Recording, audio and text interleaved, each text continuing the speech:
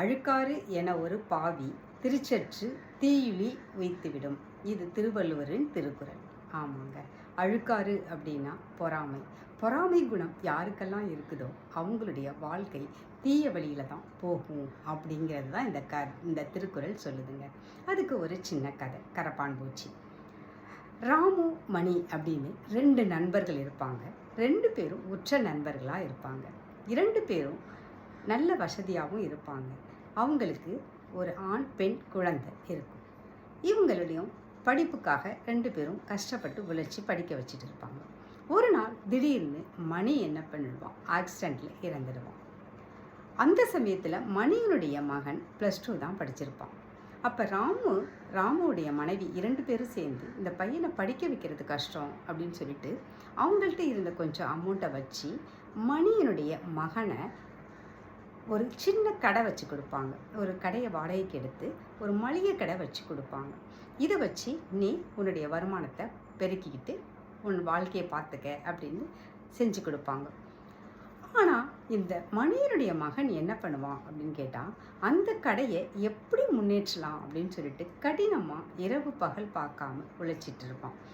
தன்னுடைய தங்கையையும் அந்த வருமானத்தில் படிக்கவும் வைப்பான். அவங்க அம்மாவுக்கு வேண்டிய உதவிகளையும் செய்வான். இந்த சின்ன வயதிலேயே ராமனுடைய மகன் உயர்கல்வி படிக்கிறதுக்காக ரொம்ப செலவு பண்ணி அவரை படிக்க வைப்பார். பையன் பொண்ணு 2 பேரையும். ஆனால் அந்த மகனுக்கு படிப்பே வராது. ஊர் சுற்றிக்கிட்டே இருப்பான், படிக்கவே மாட்டான். ஆனால் அந்த பெண்ணை படிக்க வச்சு அவளை கல்யாணமும் பண்ணி கொடுத்துருவார்.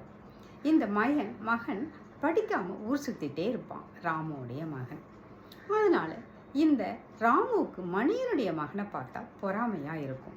நாம தான் சின்ன கடை ஏற்பாடு பண்ணி கொடுத்தோம், ஆனால் இப்போட்டி டெவலப் ஆகிட்டு இருக்கான். தன்னுடைய தங்கையையும் கல்யாணம் பண்ணி கொடுத்துட்டான், இடம் வாங்கியிருக்கிறான், அவங்க அம்மாவையும் நல்லா வச்சுக்கிறான். நம்மளுடைய பையன் நம்மளை மதிக்கிறதே இல்லை, படிக்கவும் மாட்டேங்கிறானே அப்படின்னு சொல்லிட்டு ராமு பொறாமையில் ரொம்ப அதிகமாக புழுங்குவார். அவன் மணியனுடைய பையன் செய்யக்கூடிய ஒவ்வொரு நல்ல செயல்களுமே இவருக்கு பிடிக்காது.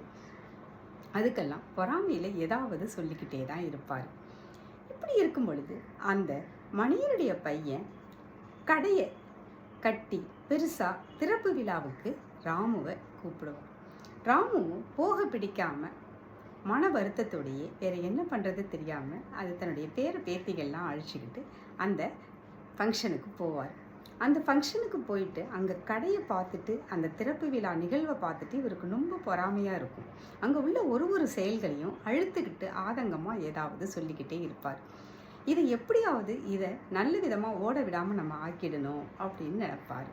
உடனே அவர் அந்த சுற்றி பார்க்கும் பொழுது அங்கே வர்றவங்களுக்கு கொடுக்கறதுக்காக ஒரு ஸ்வீட் செஞ்சு ஒரு பாத்திரத்தில் வச்சுருப்பாங்க. அது எல்லாருக்கும் பரிமாறணும் அப்படின்னு சொல்லிட்டு வச்சுருப்பாங்க.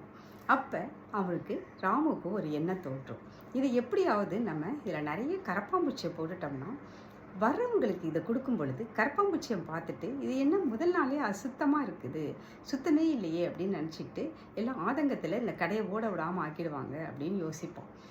அப்புறமும் அவனுக்கு மனசு கொஞ்சம் கஷ்டமாகவும் இருக்கும். இருந்தாலும் துணிச்சு நம்ம செஞ்சிடணும்ன்ட்டு திரும்பவும் வீட்டுக்கு போய் நிறைய கரப்பாம்பூச்சிகளை பிடிச்சிக்கிட்டு வருவான்.